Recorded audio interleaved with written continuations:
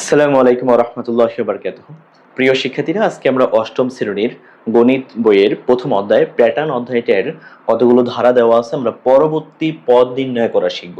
এখন পরবর্তী পদ আমরা কিভাবে নির্ণয় করি? সাধারণত এখানে আমাদের বইগুলোতে যে প্যাটার্নগুলো দেওয়া আছে বেশিরভাগই হচ্ছে দুইটি পদের পার্থক্য আকারে একটা প্যাটার্ন দেওয়া থাকে, অথবা পূর্ববর্তী দুটি সংখ্যা যোগ করে পরবর্তী সংখ্যা পাওয়া যায়, এই ধরনের প্যাটার্ন দেওয়া থাকে। তো আমরা একটু আলোচনা করব যে প্রথমেই দেখো, আমরা যদি এই ইয়াটা থেকে পরবর্তী দুইটি পদ নির্ণয় করতে যাই, তো এক নম্বরে আমরা যেটা যাচাই করব সেটা হচ্ছে দুইটা পদের পার্থক্য নির্ণয় করব। তো 4 আর 1 এর যদি আমরা পার্থক্য করি, এখানে পার্থক্য হবে 3। 4 আর 7 এর পার্থক্য হবে কত? 3। 7 আর 10 এর পার্থক্য হবে কত? 3। 10 আর 13 পার্থক্য কত হবে? 3। তার মানে দেখা যাচ্ছে যে এখানে প্রত্যেকটি পদের দুইটি পদের মধ্যে পার্থক্য হচ্ছে 3 করে। তাহলে পরবর্তী দুটি পদ কত হবে? 13 সাথে আমরা যদি 3 যোগ করি তাহলে এখানে পার্থক্য হবে তোমার 16 হবে আমাদের পরবর্তী সংখ্যাটা। আবার 16 সাথে যদি আমরা 3 যোগ করি তার মানে পরবর্তী সংখ্যাটা হবে 19। তার মানে পরবর্তী দুটি সংখ্যা হচ্ছে কত? 16 এবং হচ্ছে 19। এখন খেয়াল করো, এটাকে আমরা একইভাবে দুইটা পদের পার্থক্য নির্ণয় করব। পার্থক্য হচ্ছে 7। এই দুইটা পদের পার্থক্য নির্ণয় করব 7। এই দুইটা পদের পার্থক্য নির্ণয় করব, এটা এখানে কত হচ্ছে? 7। এই দুইটা পদের পার্থক্য নির্ণয় করবে, এখানে হচ্ছে 7। তাহলে পরবর্তী দুটি পদ কত হবে? 31 প্লাস 7 অর্থাৎ হচ্ছে 38। এবং পরবর্তী আর একটা সংখ্যা হবে 7 যোগ করলে আমরা এখানে বলতে পারি 45। এখন আমরা এই সংখ্যাটার ক্ষেত্রে খেয়াল করো, আমরা যদি পরবর্তী দুটি সংখ্যার পার্থক্য নির্ণয় করি, 4 আর 1 এর পার্থক্য হচ্ছে 3। 4 আর 9 এর পার্থক্য হচ্ছে আমাদের 5। 9 আর 16 পার্থক্য হচ্ছে 7 এবং 16 আর 25 এর পার্থক্য হচ্ছে 9। তার মানে এখানে আমি যে প্যাটার্নটা পাচ্ছি সেটা একটা বিজোড় সংখ্যার ধারা আছে, অর্থাৎ 3, 5, 7, 9, 11। তাহলে আমি 25 এর সাথে পরবর্তী সংখ্যা পাওয়ার জন্য কত যোগ করব? দেখো, 4, আমি যদি 4 এর সাথে 3 যোগ করি তাহলে আমাদের পার্থক্য হচ্ছে আমাদের এই যে দুইটা পদের পার্থক্য, সেটা পার্থক্য হচ্ছে কত? প্রথম বিজোড় সংখ্যাটা 3। 4 আর 9 এর পার্থক্য হচ্ছে কত? 5। তার মানে 4 এর সাথে আমি 5 যোগ করে 9 পাচ্ছি। 9 এর সাথে 7 যোগ করে আমি 16 পাচ্ছি। 16 এর সাথে 9 যোগ করে 25 পাচ্ছি। তাহলে 25 এর সাথে কত যোগ করব? 25 এর সাথে যদি আমি 11 যোগ করি তাহলে আমাদের পরবর্তী সংখ্যা পাবো। 25 আর যোগ 11, তাহলে মানে এখানে সংখ্যাটা হচ্ছে 36। এখন খেয়াল করো, 11 বিজোড় সংখ্যাটা ব্যবহার করে ফেলছি, তাহলে 11 পরে পরবর্তী বিজোড় সংখ্যা কত? 13। তাহলে 36 এর সাথে আমরা যোগ করব কত? 13।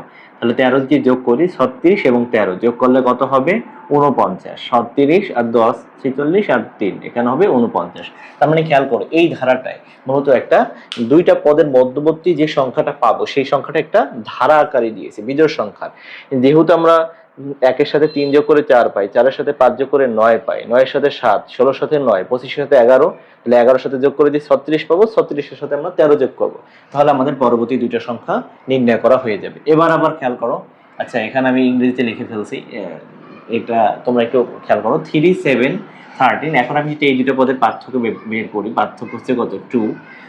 7 এবং 13 এই দুটার মধ্যে পার্থক্য যদি বের করি, পার্থক্য কত হচ্ছে আমাদের এখানে? দেখি এটা একটা ধারা হচ্ছে কিনা আগে সেটা খেয়াল করি।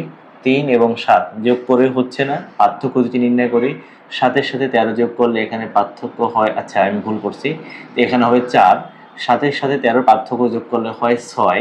খেয়াল করো, 6। 13 সাথে 21 এর পার্থক্য যোগ করলে হয় 8, কারণ 8 আর 13, 21 থেকে 13 বিয়োগ করলে 8 হচ্ছে আমাদের।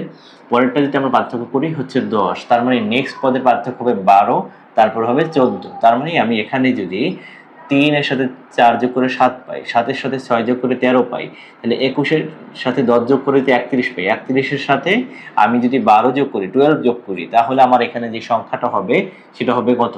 33। তার মানে 33 এখানে হচ্ছে আমাদের পরবর্তী একটা সংখ্যা। 33 এর সাথে আবার আমরা যোগ করব 14, তাহলে আমি যে সংখ্যাটা পাবো 33 এবং হচ্ছে 14 যোগ করলে আমি এখানে পাচ্ছি 47। তাহলে পরবর্তী সংখ্যা দুটো আমাদের নির্ণয় করা শেষ। খেয়াল করো, এখানে কিন্তু একটা প্যাটার্ন ফলো করছে, এখানে দুটো পার্থক্য একই, এখানেও পার্থক্য একই, কিন্তু এখানে একটা বিজোড় সংখ্যার পার্থক্য আছে, এখানে একটা জোড় সংখ্যার পার্থক্য আছে। এবার আমরা এখানে যে ধারাগুলো দেখব, এটার বেশিরভাগই হচ্ছে পূর্ববর্তী দুটো সংখ্যা যোগ করে পরবর্তী সংখ্যা পাওয়া যায়। যেমন 5 আর 1 আর 5 যোগ করলে আমরা 6 পাচ্ছি। 6 আর 5 আমি যোগ করে কত পাচ্ছি? 11 পাচ্ছি। 6 আর 11 এই দুটাকে যোগ করি, এই যে খেয়াল করো 5 আর 6 যোগ করে 11 পাচ্ছি, 6 আর 11 যোগ করে আমি 17 পাচ্ছি, এই 11 আর 17 যোগ করে আমি এখানে পাচ্ছি 28 মানে 28 পাচ্ছি। তাহলে 11 আর 17, এবার 17 আর 28 যোগ করলে যে সংখ্যাটা পাবো সেটাই হচ্ছে আমাদের কি পরবর্তী সংখ্যা হবে। কিন্তু খেয়াল করো পূর্ববর্তী দুটি সংখ্যা যোগ করে পরবর্তী সংখ্যা পাওয়া যায়। তাহলে 1 আর 5 যোগ করে যেহেতু আমরা 6 পাচ্ছি, 5 আর 6 যোগ করে 11 পাচ্ছি, 6 আর 11 যোগ করে 17 পাচ্ছি, 17 যোগ করে 28 পাচ্ছি। তাহলে আমরা পরবর্তী সংখ্যা যোগ করব আমরা কত দিয়ে? অবশ্যই আমরা 17 সাথে 28 এই 28 যোগ করব এবং যে যোগফলটা পাবো সেই যোগফলের সাথে আবার 28 যোগ করব। তো 17 আর 28 আমরা যেটাকে যোগ করি তাহলে আমাদের এখানে মান কত হয়? 17 আর 28 তার মানে 30, 45। তার মানে আমরা এখানে পাচ্ছি 45। এবার দেখো 45 এর সাথে আমরা যোগ করব কত? আবার 28। তাহলে যে সংখ্যাটা পাবো সেটাই হচ্ছে আমাদের পরবর্তী দুটি সংখ্যা। এবার আমরা 40 আর যদি 30 70 যোগ করি তার মানে এখানে হচ্ছে আমাদের 73 হচ্ছে পরবর্তী দুটি সংখ্যা 45 73। এবার খেয়াল করো এখানে একটা ফিবোনাকি সিরিজ দেওয়া আছে, 0 আর 1 যোগ করে আমি 1 পাচ্ছি, 1 আর 1 যোগ করে 2 পাচ্ছি, 2 আর 1 যোগ করে 3 পাচ্ছি। তার মানে পূর্ববর্তী দুটি সংখ্যা যোগ করে পরবর্তী সংখ্যাটা পাওয়া যায়। 3 আর 2 যোগ করে 5 পাচ্ছি, 5 আর 3 8 পাচ্ছি। তাহলে 8 5 কত? 13 পাবো। 13 সাথে আবার 8 যোগ করতে হবে। তার মানে এখানে পরবর্তী সংখ্যা হচ্ছে 5 8 13 এবং 13 এর সাথে আবার আমি কত যোগ করব? 8 যোগ করব। তাহলে আমরা পরবর্তী সংখ্যাটা পেয়ে যাব।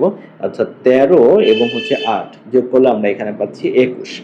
এবার খেয়াল করো এবার তোমাকে এই সংখ্যাগুলো ধারাগুলো পারতে হলে তোমাকে বর্গ সংখ্যা মাথায় রাখতে হবে। দেখো এখানে 1 এর স্কয়ার 1, 2 এর স্কয়ার 4, 3 এর স্কয়ার কত 9, 4 এর স্কয়ার এটা হচ্ছে কি 1 এর স্কয়ার, এটা 2 এর, এটা 3 এর, এর উপরে স্কয়ার করলে যা হয় এটা হচ্ছে 4 এর স্কয়ার, 4 এর স্কয়ার, এটা হচ্ছে 5 এর স্কয়ার, এটা হচ্ছে 6 এর স্কয়ার। এই মানগুলো মনে রাখতে হবে। এটা হচ্ছে 7 এর স্কয়ার। দেখো এখানে সব বর্গ সংখ্যা আকারে আসছে। তার মানে তুমি 8 এর স্কয়ার করলে যত হবে সেটাই হচ্ছে 64 হবে, অর্থাৎ ধরো এখানে লিখলে 64, এবং 9 এর স্কয়ার করলে কত হবে? 81 হবে। এটাই হচ্ছে আমাদের পরবর্তী সংখ্যা।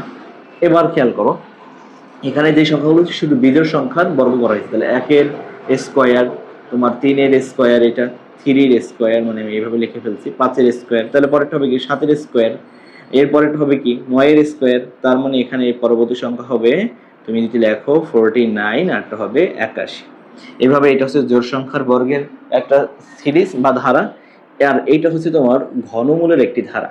দেখো 1 এর উপরে কিউব করলে 1, 2 এর উপরে কিউব করলে হয় 8। তাহলে আমরা যেখানে লিখি 1 cube, 2 cube, 3 cube, 4 cube, 5 cube এবং হচ্ছে এটা হচ্ছে 6 কিউব, এটা হচ্ছে 7 কিউব। তার মানে তুমি ঘনমূলের এই সংখ্যাগুলো একটু মনে রাখবা।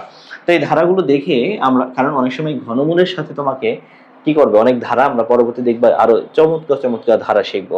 তো এই পরবর্তী ধারায় কত হবে? 8 এর উপরে কিউব করলে যত হবে, 9 এর উপরে কিউব করলে কত হবে, সেটা হচ্ছে পরবর্তী দুটি সংখ্যা।